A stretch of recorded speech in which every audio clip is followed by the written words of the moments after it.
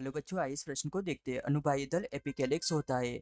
ए सहपत्रिका ब्रैक्टियोल का चक्र, बी बाह्य दल का अतिरिक्त चक्र, सी इन्वोल्यूकर, डी सहपत्रों का चक्र। तो यहाँ पर प्रश्न हमसे पूछ रहा है कि जो अनुबाह्य दल होते हैं यह क्या होते हैं। तो हमारी मुख्य अवधारणा होगी कि अनुबाह्य दल अनुबाह्य दल पुष्प का एक भाग है। जो ये अनुबाह्य दल होते हैं यह पुष्प का एक भाग होते हैं। तो यहाँ पर हम सबसे पहले पुष्प की संरचना बनाएंगे। यह पुष्प पुष्प का डंठल होता है। इस डंठल के यहाँ पर नीचे इस प्रकार से छोटे से अनुबाह्य दल होते हैं। इन अनुबाह्य दलों के ऊपर इस प्रकार से बाह्य दल उपस्थित होते हैं तथा इन बाह्य दलों के ऊपर दलपुंज इस प्रकार से स्थित होते हैं। इन दलपुंजों के अंदर काग्र, वृत्तिका तथा अंडाशय होता है जो मादा भाग कहलाता है। यह इस प्रकार से होता है। यहाँ पर ही हमें इस प्रकार से पुंकेसर मिलते हैं जो नर भाग होता है। तो यह जायांग होता है जो मादा भाग है। यह पुंकेसर होता है जो नर भाग होता है।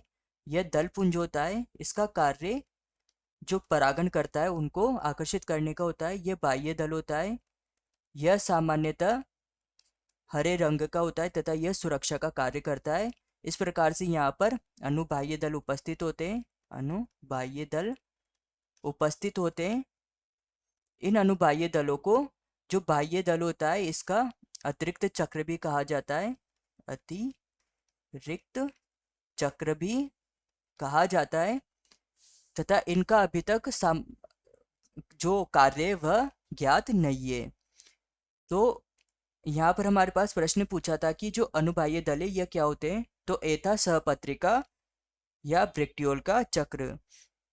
तो जो यह सहपत्रिका होती है यह इस प्रकार से जो पुष्प होता है उस पुष्प में जो नीचे की तरफ जो छोटी छोटी पत्तियों के समान जो आकृति होती है इसी को ही सहपत्रिका कहा जाता है। यह छोटी पत्ती के जैसी संरचना होती है, इसको ही सहपत्रिका कहा जाता है। तो यह हो जाएगा गलत। बी था हमारे पास बाह्य दल के अतिरिक्त चक्र। तो जो अनुबाह्य दल है इन्हें बाह्य दल का अतिरिक्त चक्र भी कहा जाता है। तो यह हो जाएगा सही उत्तर। सी है इन्वोल्यूकर। तो जो इन्वोल्यूकर होता है यह इस प्रकार से पुष्पों में पाया जाता है। यह पुष्प गुच्छ को सही से पकड़ने का कार्य करता है, इसे इन्वोल्यूकर कहा जाता है। तो ये भी हो जाएगा गलत।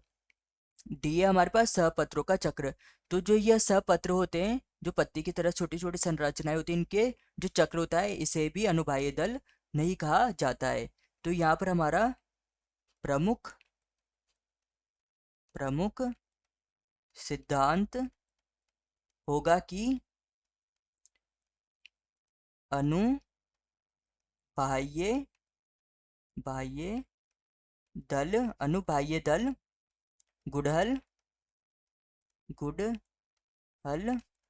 अर्थात जो मालवेसी कुल है मालवेसी कुल है गुड़हल का अभिलाक्षणिक